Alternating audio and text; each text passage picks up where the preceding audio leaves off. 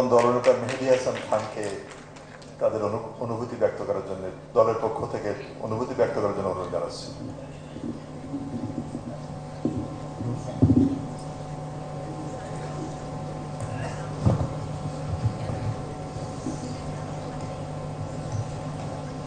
অনুষ্ঠানে উপস্থিত সকলের প্রতি আমাদের আন্তরিক শুভেচ্ছা জ্ঞাপন করছি। আমাদের স্বপ্ন ছিল বাংলা ভাষাকে ডিজিটাল মাধ্যমে আরো সহজ এবং গণমুখী করা, এবং আজ সেই স্বপ্নের অংশ হিসেবে 21শে পদকপ্রাপ্তির এই মর্যাদাপূর্ণ মঞ্চে দাঁড়ানো আমাদের জন্য বিশাল গৌরব।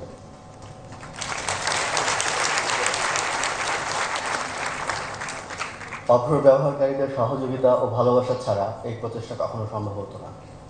আমরা এই পদকটি তাদেরকে উৎসর্গ করতে চাই।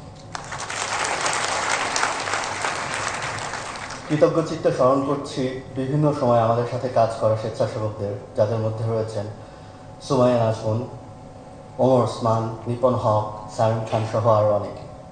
তাদের অবদান ছাড়া আমাদের এই যাত্রা অপূর্ণ থেকে যেত। 22 বছর আগে ভাষা হোক উন্মুক্ত স্লোগানে আমরা অভ্রর কাজ শুরু করেছিলাম। বড় ইকোনমিতে ভাষা নিয়ে এভাবে চিন্তা করতে হয় না, একটা সময় আমাদেরও করতে হবে না, কিন্তু তার আগে ছোটখাটো অনেক কাজ থাকে। কালপুরুষ বাংলা ফন্টে শুধু সরয়াটা দেখতে যেন মন মতো হয়, সেজন্য একজনকে দিনের পর দিন লেগে থাকতে হয়। প্রেসের কম বাজেটের একটা কম্পিউটারে যাতে সফটওয়্যারটা চলে সেদিকে লক্ষ্য রাখতে হয়। ভুল করে স্রোতের সাথে তাল মিলাতে গিয়ে নন স্ট্যান্ডার্ড সিস্টেমে বাংলাকে যেন আমরা আবার বন্দি করে না ফেলি, এজন্য বছরের পর বছর মানুষকে ইউনিকোড কি সেটা শেখাতে হয়। এত কিছু করতে গিয়ে দেখবেন কিছু দিক বাদ পড়ে যাবে, কিন্তু তাতে কোনো সমস্যা নেই। মোবাইলে অভ্র নেই দেখে কিছু ছেলে মেয়ে নিজের উদ্যোগে বানিয়ে ফেলেছে। লিনাক্সে অভ্র পিছিয়ে যাচ্ছে দেখে ওপেন বাংলা নামে উদ্যোগ নিয়ে আরেকটা গ্রুপ কাজ করছে।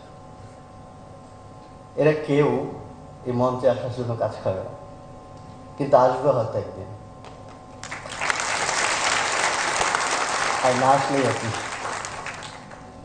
ভাষা মুক্ত থাকুক। আপনাদের সবাইকে ধন্যবাদ।